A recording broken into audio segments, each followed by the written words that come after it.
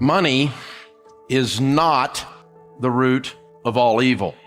The Bible just does not say that. The Bible says the love of money is the root of all evil. And anytime we worship anything, in the culture today, there are voices out there that are very, very loud and very pronounced and are supposedly steeped in intelligence that are giving us the message that money is the root of all evil. If you believe that money is evil, it naturally follows in a logical progression that people who have money must be evil. And so we get to vilify people who have become successful. This is a dangerous socioeconomic, psychographic trend. It's very dangerous because anytime you vilify success, then no one wants to become successful. Because if you're successful, you're evil, and you're evil because money is evil and you got some. You follow the progression. It's not real tough. But this drumbeat is out there, and you and I have a problem. And this culture has a problem because there's an inconsistency that goes with this. Let me help you with this. If your household income, and by the way, the average American household income is $50,000 a year. That's the average American household income right now, according to the Census Bureau. It's actually just a little bit over that. But if your household income makes considerably less than the average, and your average household income is $34,000 a year, you are in the top 1% of income earners in the world. If you make $11,000 a year, which puts you substantially below the federal poverty line, you are in the top 14% of income earners in the world. Translation, most of the families in this arena today are rich. And if money is evil and rich people are evil, I'm looking at a bunch of evil people. This is a problem, you guys.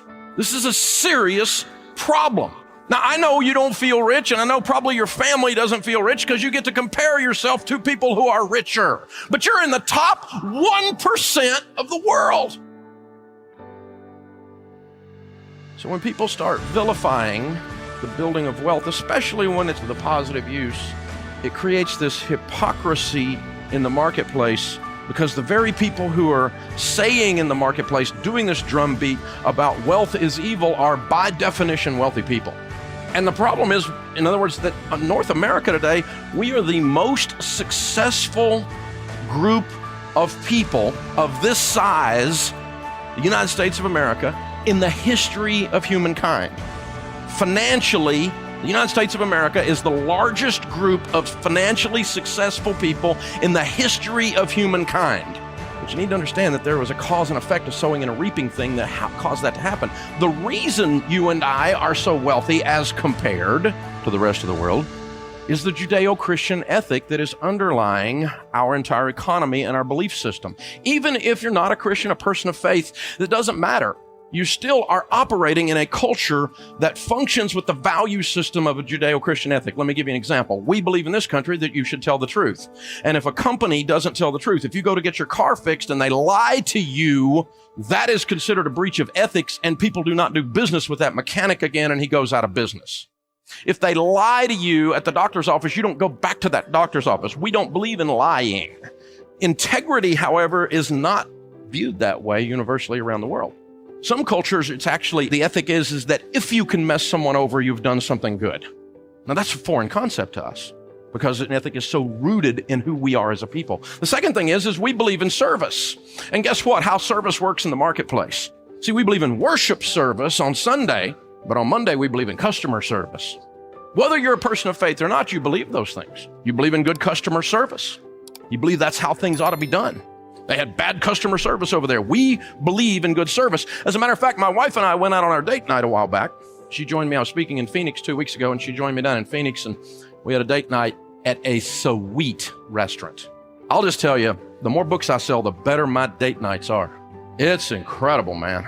And we go to one of these restaurants. You know what I'm talking about? White tablecloth. You recline at the table because you're going to be there a while.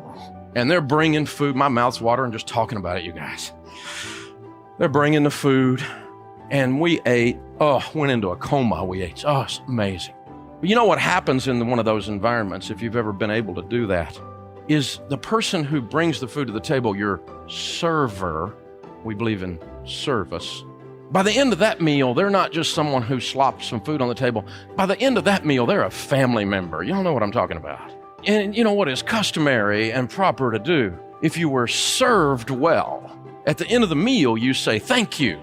And there's a universal language for saying thank you to servers. It's called money. And you leave a tip.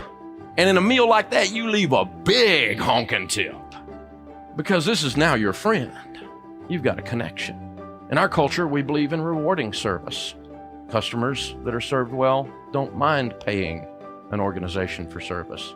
My friend Rabbi Lapin, who's an Orthodox Jewish rabbi, he says that in the marketplace, when you serve well, your customers give you certificates of appreciation with president's faces on them. We customarily say, thank you, and we issue a certificate of appreciation when someone fixes my water heater at my house, when someone fixes my car or changes the tire on it. We give certificates of appreciation for service in this culture. My friend Ken Blanchard says, profit is the applause your customers give you. This is why our society has prospered. These are just two of the ethics, service and integrity, that have caused that to happen. But we have a problem. There are really three proper views of wealth and possession, or three possible views of wealth and possessions. I'll go ahead and tell you ahead of time, two of them are wrong, one of them is right, and I have done all three, which means I've done it wrong some, more times than I'd like to admit in here today. The first spirit is a spirit of pride. Pride says, money comes from me. Now, this is the one I fell into the first time, and I can fall back into it too, because I believe in hard work. Money comes from me. I believe work is where money comes from, and I think people ought to work. I created money. Money came from me. My success came from me. Now, these are performance-oriented individuals who check a box spiritually in their performance things. I've been there and done that. And people that fall into this spirit of pride, like I have, we like Bible verses that say things like, those that won't work, don't let them eat. We like Bible verses that say things like, the diligent prosper. Or when you're faithful with the little, more is given to you to manage. You will reap what you sow. I love those kinds of verses. Ramsey family's hardworking people.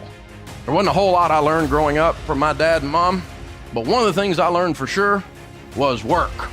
I asked my dad one time for some money to go down to the local market and get an icy. He handed me a lawnmower.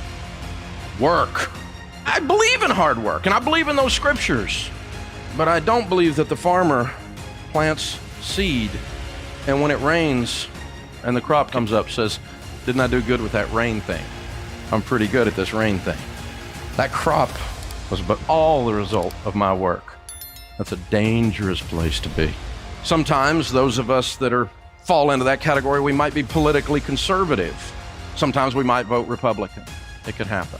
Oh, I'll get to the others, don't wait.